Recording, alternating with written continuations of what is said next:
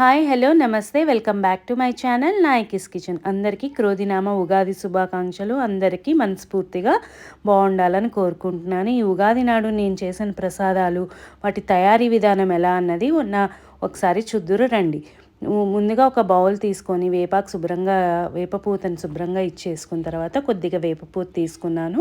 తర్వాత మామిడికాయ ముక్కలు సన్నగా తరిగేసి ఆ ముక్కలు వేసుకొని కొద్దిగా బెల్లము, మిరియాల పొడి, ఉప్పు, చింతపండు రసం వేసుకొని కలుపుకొని పక్కన పెట్టేసుకున్నాను. ఉగాది పచ్చడి తయారైపోయింది. స్వామివారికి నివేదించేద్దాం. తర్వాత రెండో ప్రసాదంగా పూర్ణాలు చేశాను.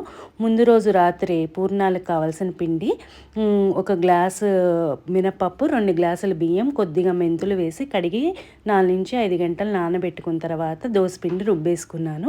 తర్వాత స్టఫింగ్ కోసమని కొద్దిగా నీళ్ళల్లో బెల్లం పాకం పట్టేసిన తర్వాత శనగపప్పు, తర్వాత కొద్దిగా కొబ్బరి దగ్గర పడుతున్నప్పుడు కొద్దిగా ఏమో ఇలాచీ పౌడర్ వేసేసి చక్కగా గట్టిగా అయిన తర్వాత నెయ్యి కూడా వేసుకొని కలుపుకొని గట్టిగా అయిన తర్వాత ఉండలు చేసి పక్కన పెట్టుకున్నాను.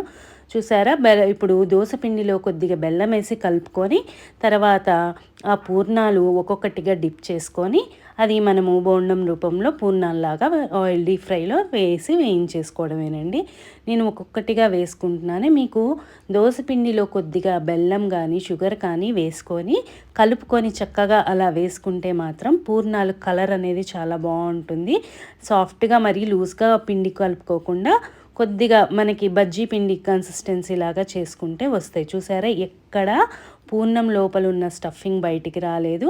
ఆ కలర్ కూడా చూడండి చక్కగా విడివిడిగా వచ్చాయి. ఎంత బాగా వస్తున్నాయో చూసారా.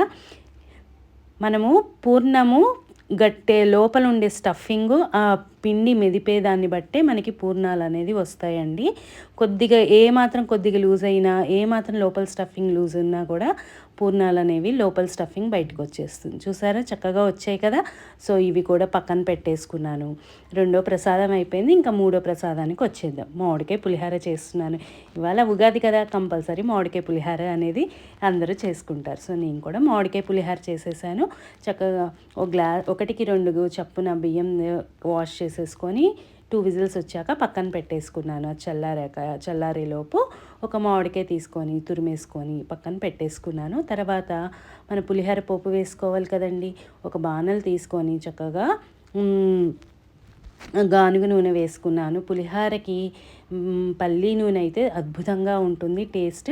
దానికి కావాల్సింది ఏంటంటే పల్లీలు, మినప్పప్పు, శనగపప్పు, ఆవాలు, ఎండుమిరపకాయలు, పచ్చిమిరపకాయలు, ఇంగువ వేసుకొని ఈ మామిడి తురుము, కొద్దిగా ఉప్పు, పసుపు వేసుకొని బాగా కలుపుకున్నానండి.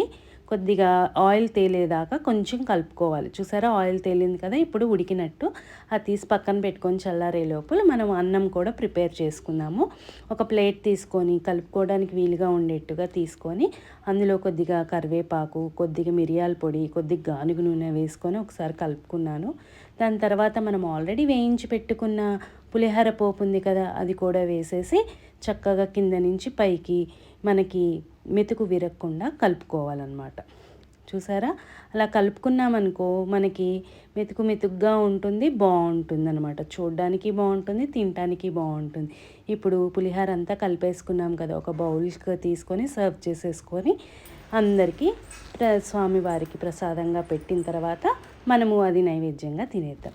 చూసారా, నచ్చాయి. మీ టైం ఎక్కువ తీసుకోకుండానే త్వరగానే ముగిచ్చేసాను. మీకు గనక నచ్చితే లైక్, షేర్, సబ్స్క్రైబ్ చేసుకోండి. మళ్ళీ ఇంకో మంచి